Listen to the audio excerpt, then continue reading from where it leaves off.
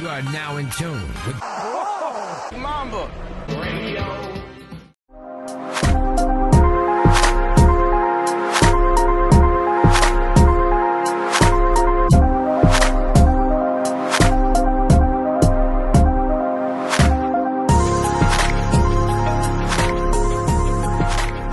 Alright, what up, everybody? Thank you for tuning into Brown Mamba Radio. For those out there who don't know, my name is Jackson, and happy Monday to all you guys out there. Happy Rusev Day to everybody, and a happy belated Mother's Day to all you beautiful mothers out there. Thank you for all that you guys do. I just wanted to throw that in there, and a special shout out and thank you to all the sexy mommies out there, and thank you for what you all do. Hopefully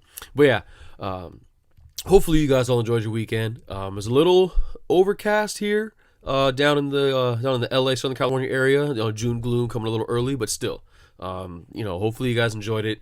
It's clearing up now. It's a beautiful morning right now here in LA. And like I said, this episode should be, hopefully pretty short and sweet. So let's get to it. I'm gonna, round up what happened in the world of sports. Not a whole lot of other stuff, at least in my world, that's been going on. Around other than a lot of music news. So like I said, I'm just going to round everything up from what happened this weekend. So let's get to it. Obviously, starting off with the NBA playoffs. Eastern Conference Finals kicked off yesterday afternoon with the Cavs and the Celtics. And not much to analyze here, as the game was pretty much over right from the get-go. The Celtics just absolutely waxed the Cavs. Final score was 108-83, and it was like that pretty much for all 48 minutes. Pretty much for like the whole first half, and actually for the rest of the game. The Celtics had about a 20-point lead or so. I think the biggest lead was like around 30 points, which is crazy for an Eastern Conference Finals game. It's just crazy, man. Crazy what these Celtics are doing. Especially, again, everyone keeps saying, without their two best players and, all this stuff. It's just, like I said, it really is crazy. But the Celtics, man, they just, as good on offense as they were. I mean, they were pretty, not average, but I'm saying average for them on offense. They did what they did. Good pick and rolls, a lot of good, mixture of, 3 points and down low or whatever, getting to the rim and all that stuff. It's just, like I said, just a pretty relatively good game for them. But just what stood out was they just played tremendous defense. They stuck to their game plan.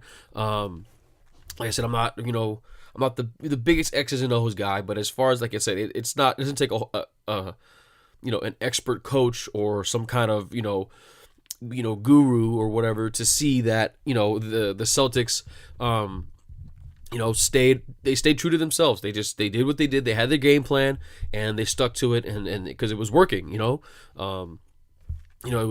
They were playing, first of all, they were playing great individual on-ball defense, and when it came to their switching is what really helped them out. When they tried to do pick and rolls, or they tried to do pick and pops, or they tried to do those plays where they switch, they get players to switch, but that's been the underrated thing. I can't remember where I heard him say it, but big up to them. I can't remember if I read it or I heard it on a podcast or something, but people talking about the Celtics was how the most, I guess, the thing that they don't get as much credit for as they should is, one, their defense in general, but two, how good all the guards and swingmen are on defense. Like I said, you saw all these different guys switching. Like I said, they're interchangeable. As much as credit as like the Warriors get for having this ability, where guys all across the board are pretty good at defense. From Clay, Iggy, Draymond, KD, all those guys. Depending on, no matter where you switch, that they're gonna be able to defend their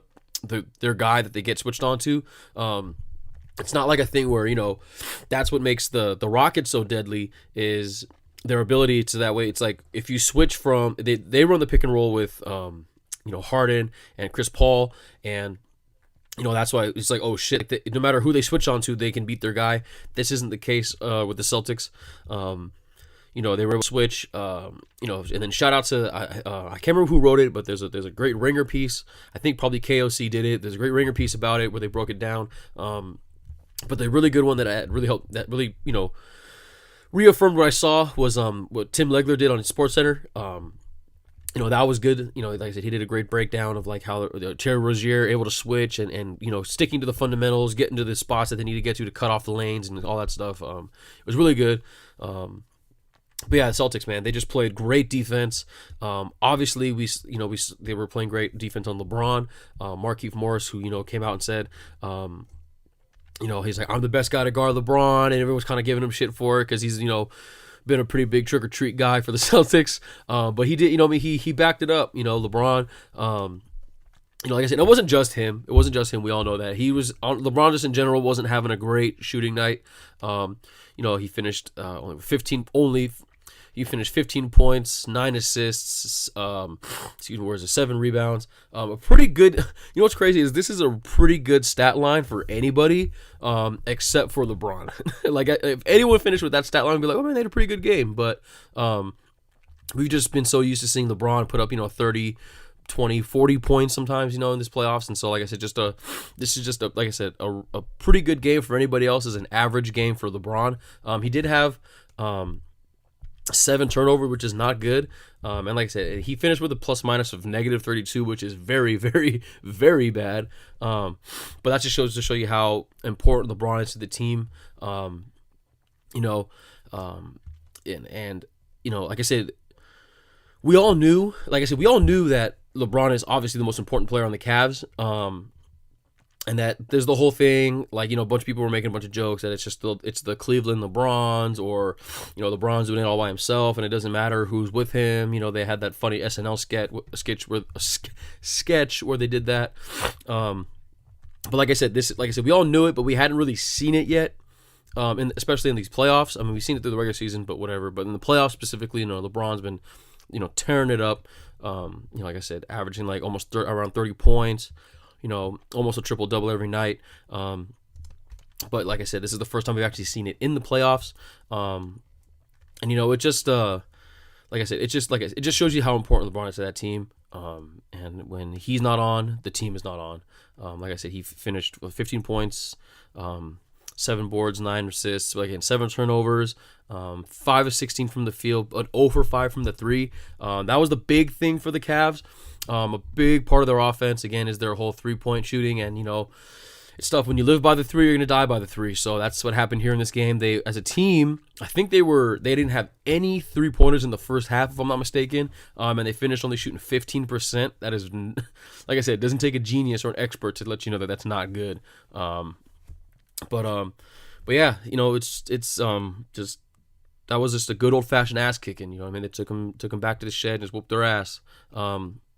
It's just I don't think the entire series is gonna completely play out like this. Like I said, the Celtics, if they play the way that they're playing, and the Cavs just come out, completely flat and looking completely uninspired the way they did, we could see a sweep. I doubt it. I don't. Like I said, mainly because, like I said, LeBron probably won't play this poorly for him.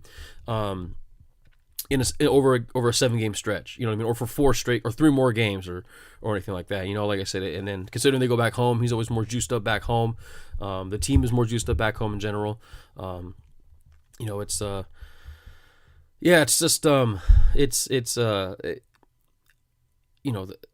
Cavs just got to pick it up. That's just it. Like I said, I don't expect them to come out that poorly again.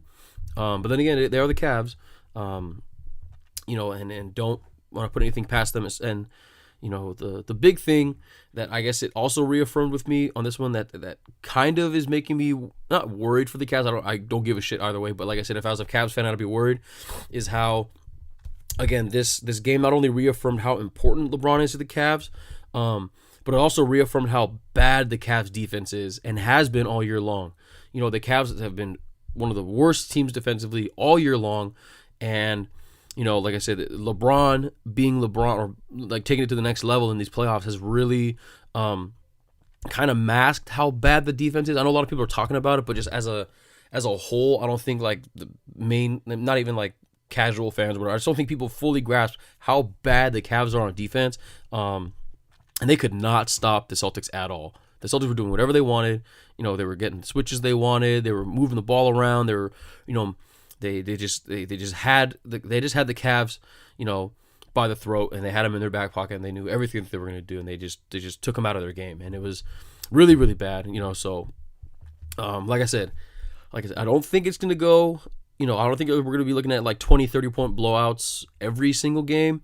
But like I said, if the Cavs don't want to get embarrassed and potentially, make LeBron more upset and so upset to the point that he'll leave again, then they better pick it up. And like I said, and then listen, it's not a completely poor game from the supporting cast. Kevin Love did okay. He had 17 points and 8 rebounds. Like I said, wasn't very good on defense, but he was getting some scoring production. Clarkson came off the bench, did okay. He had 10 points and whatever. But like I said, it's just the defense. Rodney Hood actually played a little bit, even though he didn't want to come in the other game. But like I said, he came in, had 11 points, whatever. It wasn't too bad. But just the defense, man, they got to pick that shit up. And or else it's going to be a very, very long Eastern Conference Finals. Not in series wise, but just a long road for the Cavs. But yeah, like I said, that was game 1 in the Eastern Conference. Western Conference Finals game 1 is tonight. Rockets and Warriors. I already previewed it in the last episode, so if you want to hear what I think about it, go back and check it out. Don't want to get into it too much here. I feel like I already went a little bit too long on the Cavs Celtics, but yeah, go ahead, go back and listen to it in the last episode. If you want to hear my thoughts on how I think that the Rockets Warriors are going to go tonight. But like I said, I'm very excited to see it. You already know I'm going to be watching that, and like I said, it should be good. Sticking with basketball, the NBA draft lottery is tomorrow. One of the most fun nights in basketball. It just still blows my mind how they just made a huge spectacle out of this, and it's just the lottery, not even the actual draft itself. It's just the lottery, where the ping pong balls go in the little bin, and they pick out who. So they determine who drafts where, and like I said, they turn it into this big spectacle thing, and the whole process itself only takes like 5-10 minutes, but they throw in like commercial breaks. They have an analysis on who's gonna go where and if who's gonna get what, and they break down all the stats on the probabilities of who's gonna get what pick and stuff like that. It just blows my mind that they made this thing a complete spectacle, and they're milking the shit out of it as much as they can.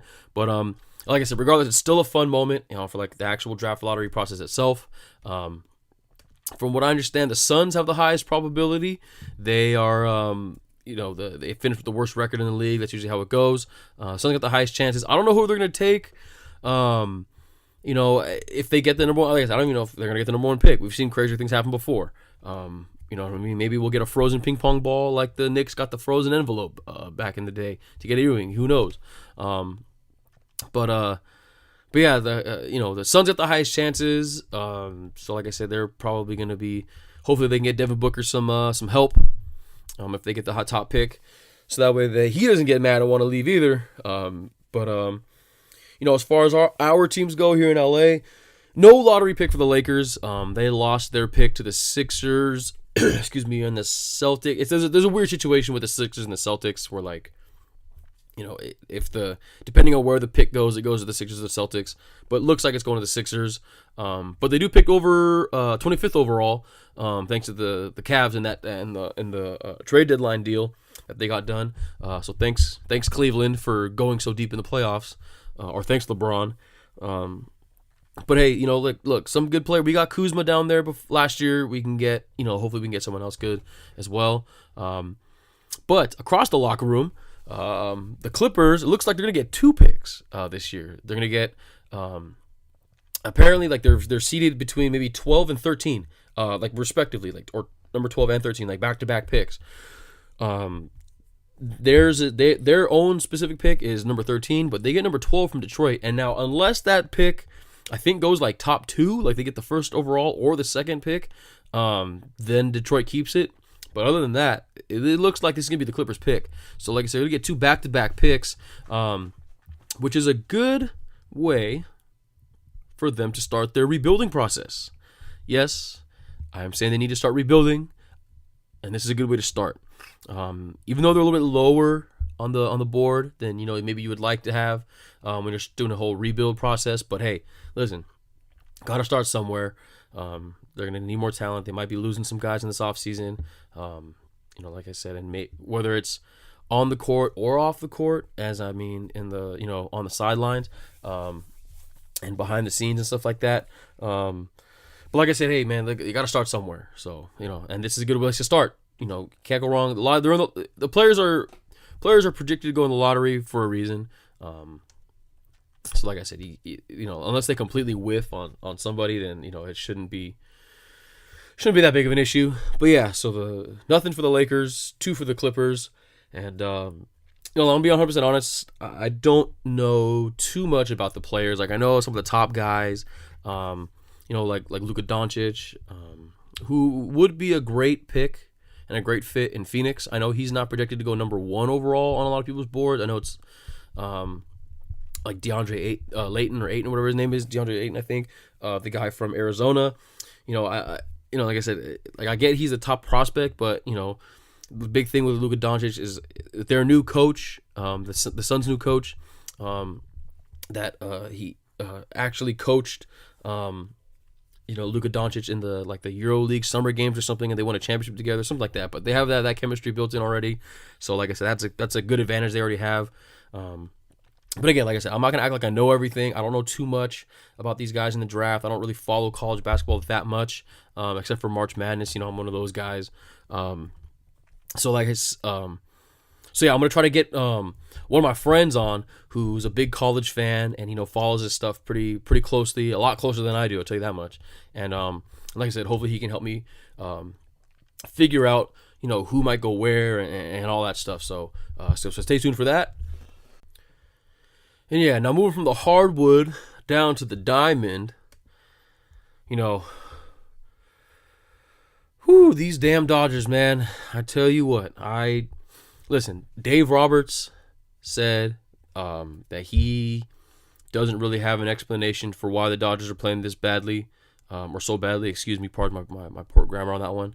And I really don't either. I mean, it's pretty obvious. They're just, they're not pitching well, they're not hitting well, and that's pretty basic. They're not scoring runs. That's how you lose games. But like I said, it's starting to look pretty bad at this point. This last weekend series, they got swept by the lowly Reds. God damn, it's shaking my damn head. They got swept by the Reds, and now they are sitting with a record of 16-24. This is, from what I've seen, their worst 40-game start in like 50, 60 years. And that, like I said, that's never a good thing.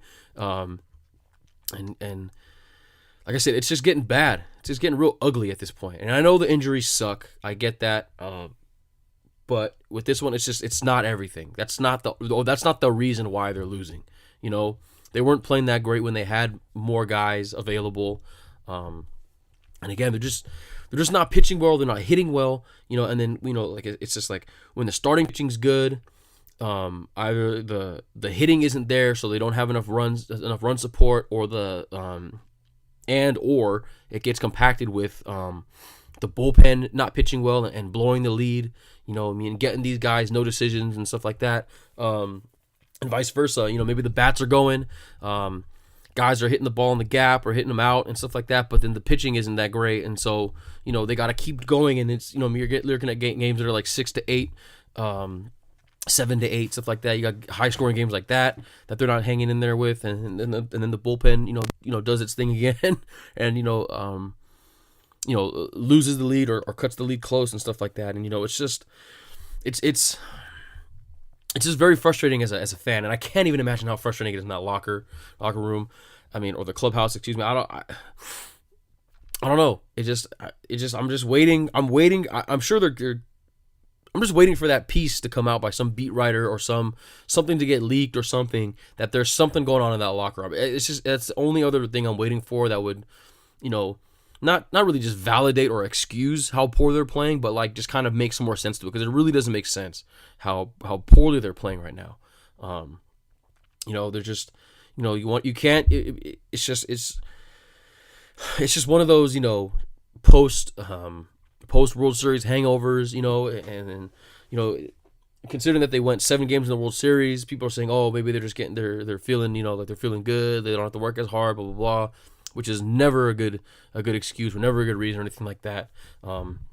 Especially since they lost in Game 7 in the World Series. So it's just not good. And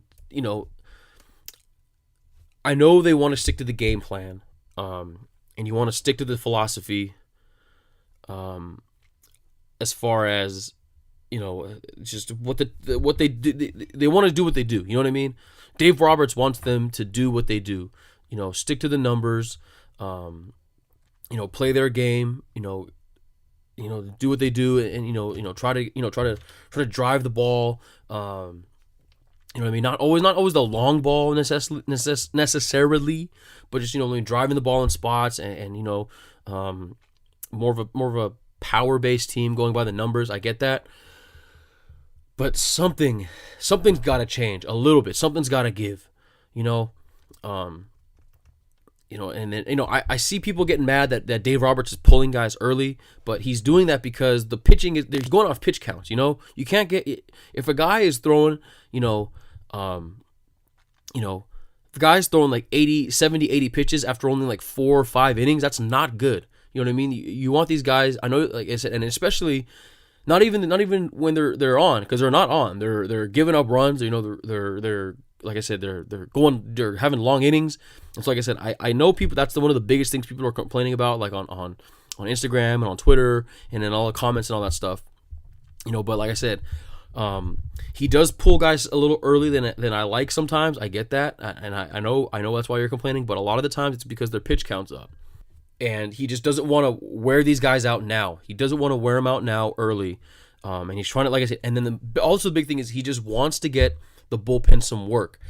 And I know that they're not doing that well right now, but the only way to get better is just to go out there and just try to get it done. You just got to get it done. And he's doing this because he doesn't want to completely lose the bullpen. Now, I feel like it's after a little while, you got to make it something. Like I said, you got to make a change, whether it's, cutting guys, calling guys up, making trades, doing something, but they got to do something.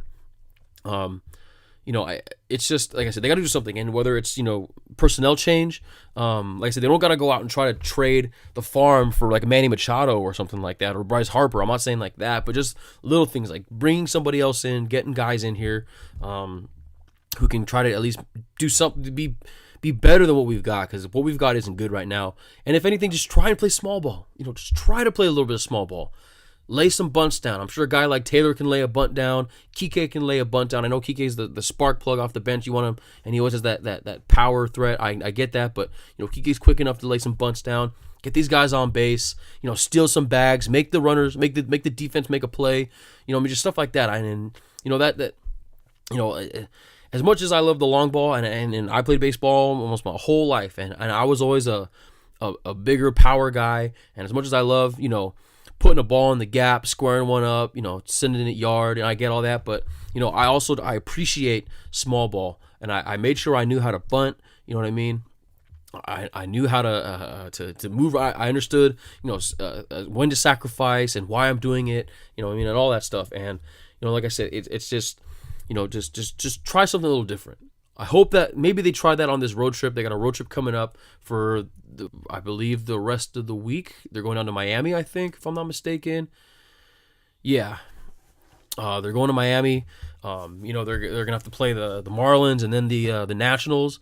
Marlins, hopefully, like I said, Marlins are just as bad as the Reds right now, and hopefully they don't get swept by them again. Hopefully they can get at least win the series. That's it. That's, like I said, got to set small goals at this point.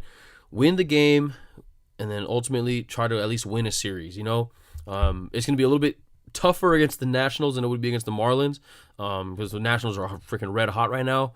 But it's just like I said, something's got to change. Just like I said, just try something different. Because what we're doing, this isn't working. And like I said, the fans are getting pretty tired of it, and we're just getting frustrated, as you can tell in my voice. Very frustrated, and it's almost season from hell territory. Not quite there yet, but pretty damn close, and it's a pretty ugly looking baseball. That's not the case down the 5 over there in Anaheim. The Angels playing pretty good. They split the series with the Twins, which isn't great because the Twins aren't doing that great. But I think they gave a few different guys time off on this one over the series. But they split with the Twins. They're still looking pretty good.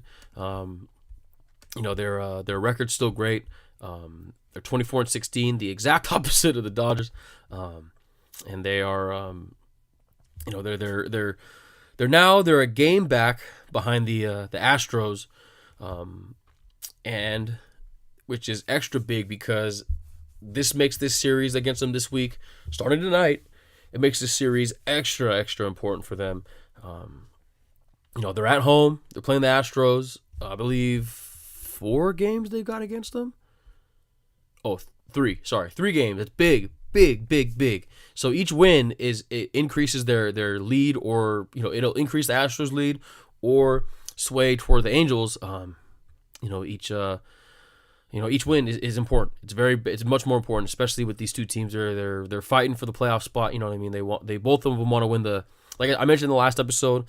I know it's early, but as far as playoff standings go, it looks like it looks like it's going to be either the Angels or the Astros out of the AL West, and it looks like it's going to be the Yankees or the Red Sox out of the AL East. And they're both neck and neck, or it's neck and neck in both leagues or both divisions. And it's going to be one of these, or 2 out of those 4 teams are going to have to play each other in the wild card game. And I know it's going to be a tough series either way, whether it's the Astros and the Red Sox or the Yankees, or the Angels and the Red Sox or the Yankees. It's going to be tough. It's going to be really tough. So both these guys, or both these teams, the Astros and the Angels, they want to, they really want to avoid having to go to the wild card against either the Angels or the Yankees, or excuse me, the Astros or the Red Sox or the Yankees. Red Sox or the Yankees. So like I said, this is a big series. And then like I said, last night's game, Ohtani shined again, 11 strikeouts. This guy looks like he's the real freaking deal. I know he was already, they've rested him a little bit more often. But like I said, he's the real freaking deal, man. He's dealing on the mound. He's getting it done with the bat when they have him DHing and stuff like that. But he's playing pretty well. Trout obviously playing well. Like I said, all these guys are just doing a job, man. They're doing a good job down there in Anaheim. And like I said, I don't watch a whole lot of Angels baseball, but this series I'm definitely going to be watching. So like I said, it's going to be, like I said, because as much as I'm a fan of the different teams I love, like the Dodgers, the Raiders, the Lakers, those teams, I love just good sports. And like I said, this series between the Angels and the Astros should be 3 great games. It should be a good series against 2 really good teams who have something to play for right now. So like I said, it's going to be, like I said, I'll be watching, and like I said, it should be a good series over the next 3 days. Rounding it out quickly for the last little bit. Webb Simpson won the Players Championship down at TPC Sawgrass in Georgia. Good feel-good moment for him. He's always been like around. He's always been on the leaderboard every now and then, kind of falling around the mid area of the standings each time. But like I said, great win. He fucking was way out in front of everybody. You know what I mean? Right from the get-go, he was kicking everybody's ass.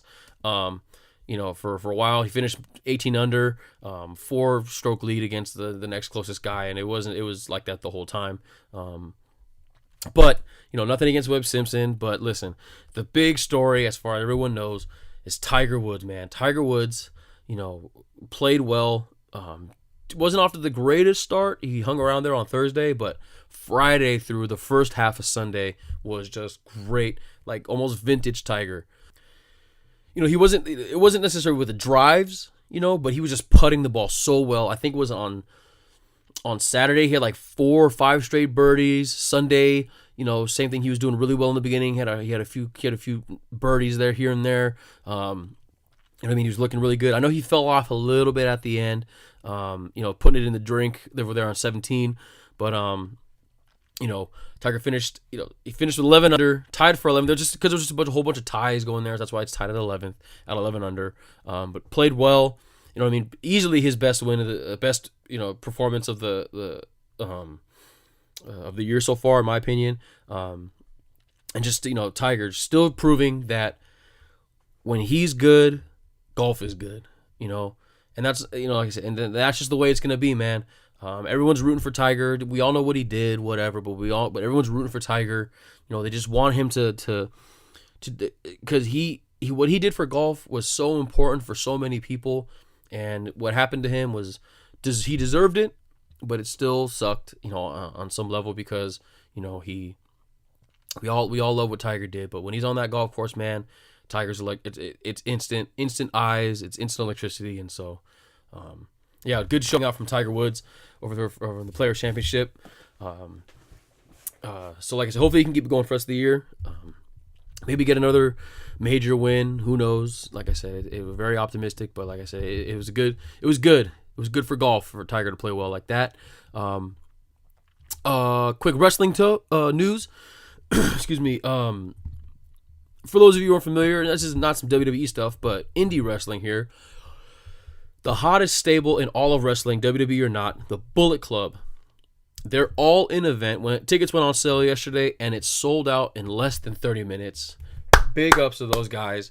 For those of you who aren't familiar, one with the Bullet Club, they are this generation's like NWO DX. They're just the coolest faction in wrestling right now. It started by Finn Balor, back in a few years ago or so, and it just blew up from there. It started in Japan, and now it's worked its way all throughout the indies, and they're just like the coolest, hottest stable and group of wrestlers in the world right now. And so the whole backstory with this all-in event is like Dave Meltzer or Jim Cornette or one of these guys, one of those big, wrestling news guys, said like, yeah, they're great, but they pretty much said that if they're so great, then they would be selling out these big arenas or anything like that. And so and they're only booking indie gigs and all that stuff. And so what they did was they said, fine, you want to talk shit like that? Let's go. So they created this event. It's all on their own, completely put on by the Bullet Club on their own, and it's called the All-In event. And the whole thing was, they said that they would sell out a 10,000 person arena. This has been building for the last few months. They finally found a venue, and they said, here we go. This is what it's going to be. And boom, like I said, they sold it out at 10,000 people, more than 10,000 people sold that thing out in like less than 30 minutes. But like I said, it was genius marketing, genius job hyping this thing up. So the place is in Chicago or close to Chicago. I forget the name of the arena, but they put it in Chicago.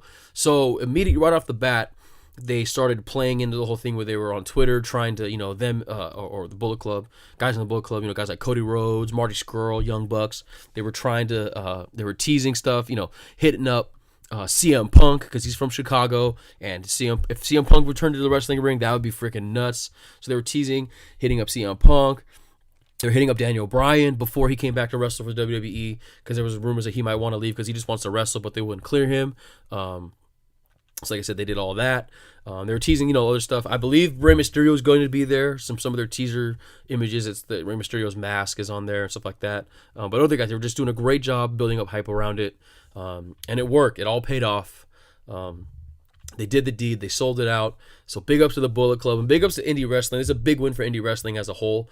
It's just a huge step in the right direction, and hopefully it'll help propel. Like I said, indie wrestling and more people to, like I said, nothing against WWE, but just it'll get more eyes on indie wrestling, because there's a lot of great wrestling going on right now in the indies. And if you're a big fan of NXT, but you don't watch the indie wrestling, first of all, that's kind of weird, because all of the NXT guys are just WWE pretty much poached them from the indies. But it's just if you like NXT style wrestling, that's all it is on the indies. And so, like I said, just check all that stuff out. And like I said, again, big up to the Bullet Club. They sold that shit out, and like I said, I wish if it was closer to here, I would have definitely done it, but that's a pretty far fly for me to go to Chicago. So hopefully they do something like this again, closer to the LA area. And like I said, it's great news. And last thing in sports gambling is officially legal now.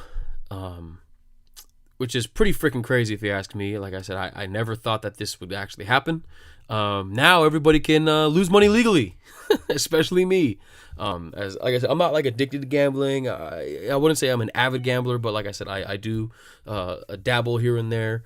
And so this is great. Like I said, it was just quickly. It was spearheaded by New Jersey, obviously of all places. They spearheaded it, and they won their case. Stating that like I said, it was, I'm not some, I don't know all the details of this thing, but it was the Professional and Amateur Sports Protection Act of 1992, and they won their case stating that act was unconstitutional, and so it overturned it. It just got rid of it completely now, and now, like I said, individual states can choose whether or not to allow sports gambling. So, again, now we can all lose money legally. So, a lot of questions around it. Like I said, it's still, like I said, this pretty much just happened this morning. And so, like I said, it's from what I've seen, it just says that Congress can regulate it directly, but if they choose not to, then each state it's theirs. They're free to act however they want and regulate however they want. I think so. New Jersey, put it forward, so I believe that they're the first one to allow it, and it should be up pretty soon in the next few weeks or so. As far as here in California goes, for all my California peeps or LA area people, I know they're interested. They're trying to get in on this thing. They, if for all, and because gambling is just like marijuana, where it was this big industry that was making a ton of money, but it was illegal. So that way, they couldn't make money off of it, and or the state or the government couldn't make money off, or the country couldn't make money off of it. So, first of all, with that, big up to just the America in general for allowing this stuff that was seen as taboo and just by a lot of people before in the past. But it's like as times have changed, it's like, listen, man, this shit's a little ridiculous. It's not that bad. First of all, they're doing it anyway, and it's not as bad as people think. For whatever reason, gambling was thrown in there as this horrible thing when it's really not that bad. Marijuana a little bit more so than gambling, but they changed marijuana, so it's like, okay, let's just change gambling now. So big ups to them for making these changes.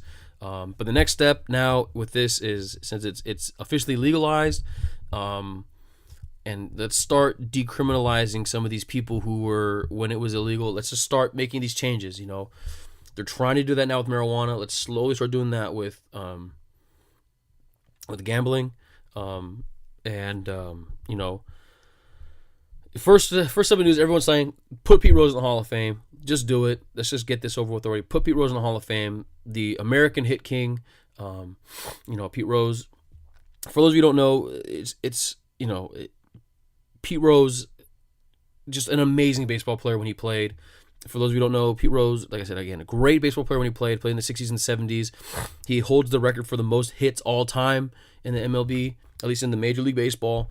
Here in America, holds the most hits all time. But in like the 80s, I believe, when he was a manager, he was always known as a gambler and a partier and all that stuff. But he would gamble on baseball while he was managing his team, and he would occasionally gamble against his team or for his team, all that stuff, and he got caught up in that. And then obviously that's a very bad thing, like a conflict of interest type thing, and that's not good. And so he was, essentially banned from baseball. And this happened, like I said, in like the 80s, and so this was a long time ago, and he's been shunned by the MLB for a long time.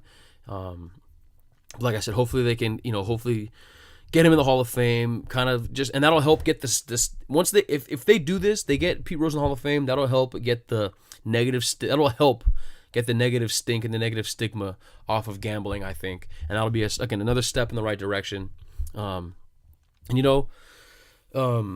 Like I said, not only with the Pete Rose thing, but there's a lot of questions, like how are they going to do it, and what are they going to do with it? Where are they going to put it? I'm sure, like I said, they'll figure all this out. It's going to be in casinos.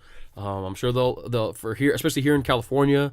There's a lot of Indian casinos. They'll put, they'll just add like a sports betting section or sports book, in the in the casino somewhere. There's other little casinos like here in LA area. There's Hollywood Park. There's Normandy Casino.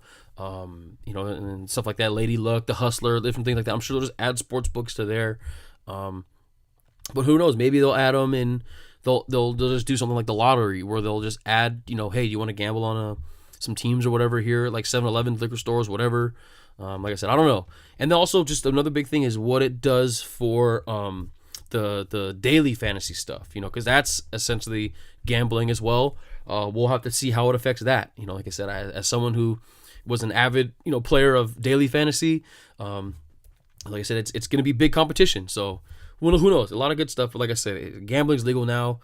And that should be, like I said, it'll help out, and a lot of people are gonna say, oh, well, the naysayers are all saying, well, it's gonna promote people to wanna gamble and it's gonna cause corruption. And it's like, listen, all that shit's already going on, man. If you were, like I said, listen, it's not really gonna affect the number of people. I don't think. Obviously, the number is gonna go up because it's legal. But listen, it's gonna be trendy for a little bit. Then the number's gonna go down, and then just the same people who were gambling when it was illegal are gonna be the same people gambling when it was legal. Just like weed, the same people who were smoking when it was illegal are going to be the same people who were smoking when it was illegal. And listen, people were throwing games and gambling on games illegally and changing the outcomes of games and shaving points and all that stuff when it was illegal. So if they do it when it's legal, it's because they would have done it when it was illegal anyway. So with all those people, they need to get the fuck out of here with that bullshit. And yeah, that should do it for the sports section. Quickly, like I said, not a whole lot of other stuff going on. At least not that I was, nothing that caught my eye, but a lot of music news going on. Yesterday on Mother's Day, Andre Benjamin, Andre 3 Stacks, Andre 3000 dropped some new music. He dropped 2 new songs on his SoundCloud in honor of Mother's Day. The 2 songs, Me and My, just a straightforward regular song, with him. But then the next one, Look Ma No Hands, I like that one a lot. It's like a 17-minute long jazz ballad where I believe Andre 3000 plays the clarinet or something like that, or the saxophone, but it's great. Go listen to it. And like I said, hopefully that means there's new Andre 3000 music on the way, maybe a new Outkast music on the way, you know what I mean? Just jumping on the nostalgia tip. Atlanta is hot as hell as it ever was right now, or as it's ever been right now. So like I said, who wouldn't want to see, like an Outkast reunion tour or Outkast coming out with, some of the great guys out of Atlanta, especially, Cardi come out with his new album, Thugger doing his thing, Migos, all that stuff. So like I said, that'd be great to see. And speaking of Migos, huge tour announcement. Drake and Migos are going on tour together. I believe it's called the Aubrey and the Three Migos tour. So that's going to be freaking nuts. Like I said, those tickets are crazy. We're already seeing, it's festival season right now. We already got the Top Dog Championship tour going on right now. But like I said, this is another big tour going on. So like I said, check that out. That's going to be crazy to see. And speaking of big collaboration tours, this time from the comedy world, Dave Chappelle and Jon Stewart are going on tour right now. So far, I guess it's just a summer tour, which is going to be fucking crazy. Dave Chappelle, he did his thing, his Netflix stuff going on, which is great, and I've seen it. I've seen all of them. I love all of them. I saw Dave Chappelle on New Year's Eve with John Mayer. That was great. But especially in this time and everything that's going on in this country here in America, it was literally the worst possible time for someone like Jon Stewart of all people to leave. And to stop doing the Daily Show. So hopefully he comes bringing that fire, Daily Show style. You know what I mean? I'm sure it'll be a little different. He won't just recreate the Daily Show, but that's just an amazing duo. I would have never thought of putting together. But Dave Chappelle and Jon Stewart are going on tour, which is crazy. From what I saw, there's no real West Coast dates, and hopefully they get something going in LA or close to the West Coast, because I would love to see that. And speaking of LA, right as I was about to start doing this, and Tyler the Creator announced that his Camp Flog Gnaw Carnival and Festival is gonna be at Dodger Stadium this year. Holy fucking shit, that's crazy. It's amazing to see how that thing has grown. The Odd Future Carnival, aka Camp Flog Gnaw, whatever you want to call it. Started out at like USC area, and then they now, like I said, Boston up at Dodger Stadium. That's pretty fucking crazy. So shout out to Tyler the Creator. Shout out to Camp Flognaw. That's crazy. It's amazing. And I'm definitely gonna try to go this year. I haven't been able to go before. I've been just it wasn't in the cards. Couldn't work out. Like I said, I'm definitely gonna try and make it happen this year. But yeah, a lot of music news going on, and it's only Monday. So like I said, hopefully some more stuff comes down the chute later this week. And I can check back in with you guys on Friday and get that news to you, because it's time for me to get out of here. I've covered everything I wanted to cover. So thank you guys for listening. Like always, like I said, thank you. Can't thank you guys enough. And like always, if you like what you guys heard, make sure you guys subscribe, like, comment, share. Please share and subscribe are the main thing. Share and subscribe. Everywhere you can. SoundCloud, iTunes, Stitcher, TuneIn, YouTube, all that stuff. Like I said, subscribe, share, all that stuff. Please, it would help me out a lot. And also, if you want to interact with me at all, if you want to let me know what you think about how I thought the series went in the Eastern Conference Finals, let me know. You know what I mean? If you want to yell at me about anything, if you want to just say what up or anything like that, follow along on all the socials: Instagram, Twitter, Facebook, Tumblr. I'm still tumbling every now and then. Shout out to the blog boys. But follow along on the socials at Brown Mamba Radio. Just look up at Brown Mamba. Look up my personal stuff, JXCKSXNNN. I'm there. I'm always active on that stuff. So like I said, just hit me up there anytime you guys want. And everything is available on the site, brownmamba.us. Again, thanks for listening, guys. Appreciate everything. I'm going to try to get back to you guys at the end of the week. Hopefully some more crazy stuff happens. And yeah, I'll see you guys there. So enjoy the game tonight. Rockets Warriors, just an absolute juggernaut of a game. Enjoy the game tonight. And good luck to all the teams in the draft lottery tomorrow. Hopefully you guys get to pick where you guys want your teams to have to pick. Like always, don't just have a good week. Make it a good week. Drink more water. Health is wealth. Be kind to each other. Please. It's easy to be nice. Catch you guys in the next one. Peace.